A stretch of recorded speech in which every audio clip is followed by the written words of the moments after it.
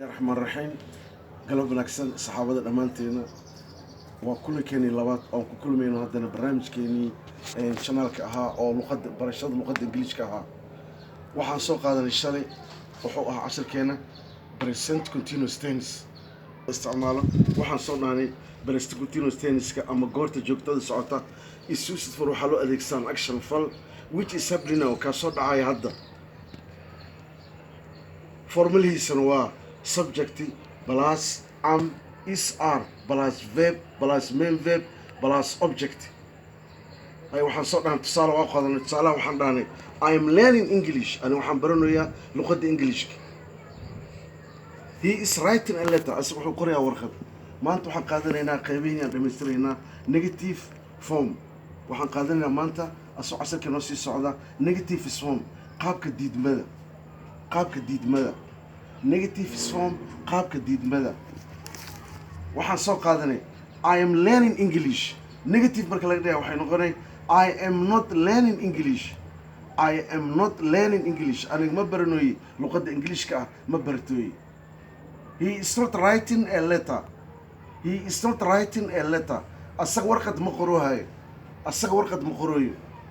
haye ka sii bax qaybta afraad negative diidmo with question form oo wadata ama ila socoto question form qaabka su'aasha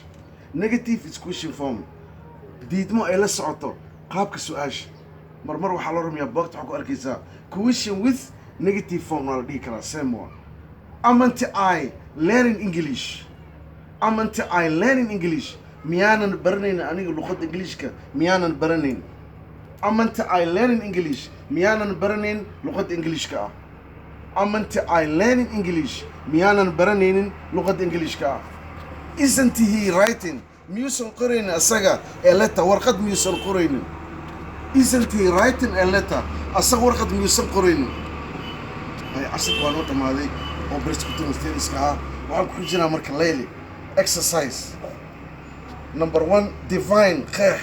present continuous tense goorta joogtada socota qeex waa soo qaadanay adoo raacay cashar kale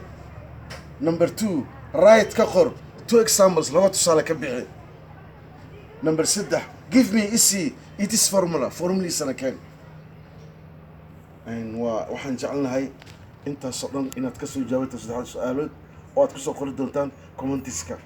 wiil waana soo casharkeena waa inuu berito hadduu alle naftooda gaarsiiyo waxaan jecelnahay su'aalahaas oo dhan saddexda su'aalood waxa dhan iyo jawaabaha dhan waxaa ku soo qoraysaan commentiska lagu soo qoro boggeena commentiska janaalka lagu soo qoro tan kale waxaad samaysaan like iyo share